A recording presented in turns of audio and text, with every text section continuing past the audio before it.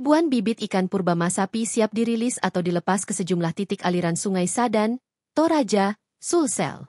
Hal ini disampaikan Pendeta Raseli Sinampe kepada Tribun Toraja, Selasa, 13 Mei 2025. Masapi sebut juga ikan sidat atau belut moa atau imoogi dalam mitologi Korea.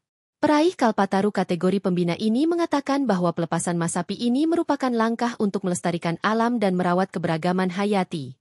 Pendeta Raseli memang dikenal fokus pada isu lingkungan ini dan kepeduliannya menjaga kelestarian alam.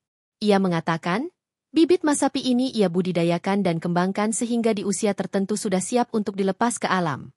6 bulan lalu anak masapi jenis sarume diambil di muara dalam kategori Glass EL, masih kecil. Kata Pendeta Raseli saat ditemui di Kebun Kalpataru, California, Yayasan Marampa Talulolona Gereja Toraja, Kecamatan Rantepao, Toraja Utara, Sulsel, Selasa, 13 Mei 2025. Dalam waktu dekat mungkin bulan ini atau bulan depan paling cepat akan dirilis ke alam, sungai, tambahnya. Pelepasan akan dilakukan di Sungai Sadan yang mengalir membelah Toraja Utara dan Tanah Toraja, hingga ke Enrekang dan Pinrang.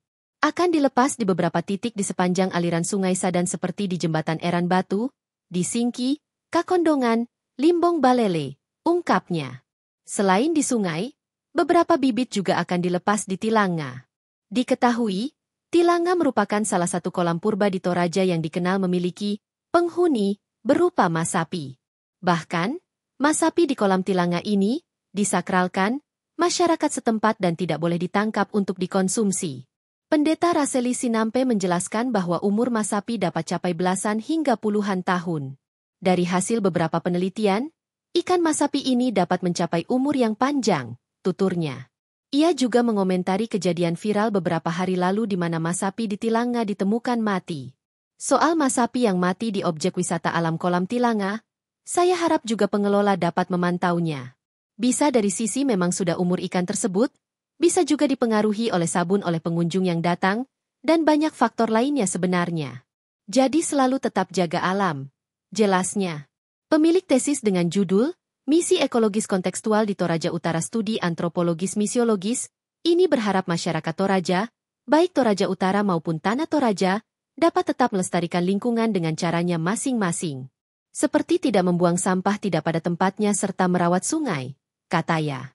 Khusus untuk para pemancing dan yang hobi makan ikan, juga bagus untuk sekali-kali merilis, melepaskan, bibit ikan ke sungai. Karena kita juga sedikit banyaknya bergantung ke sungai khususnya untuk masyarakat yang tinggal di daerah pegunungan, tuturnya.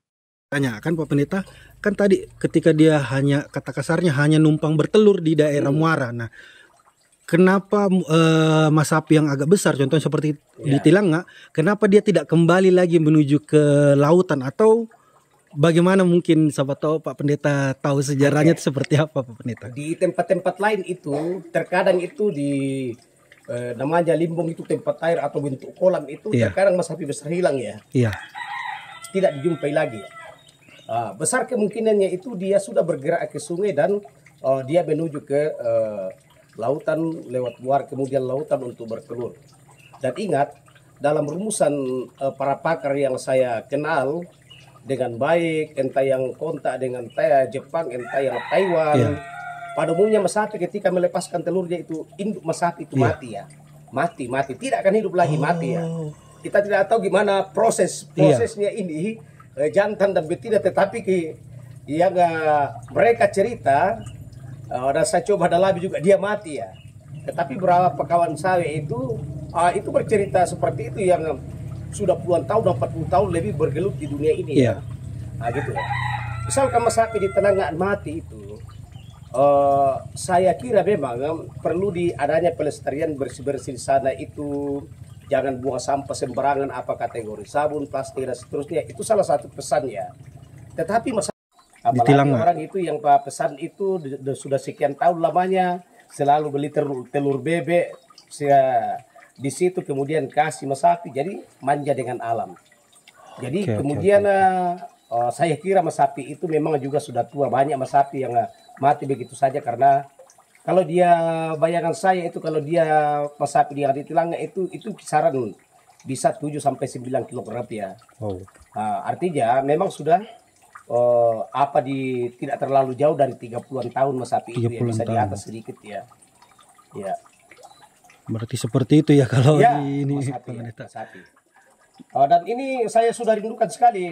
Saya harus sebar Mas Sapi ke beberapa tempat di daerah Toraja yang fokus ke Sungai Sadan.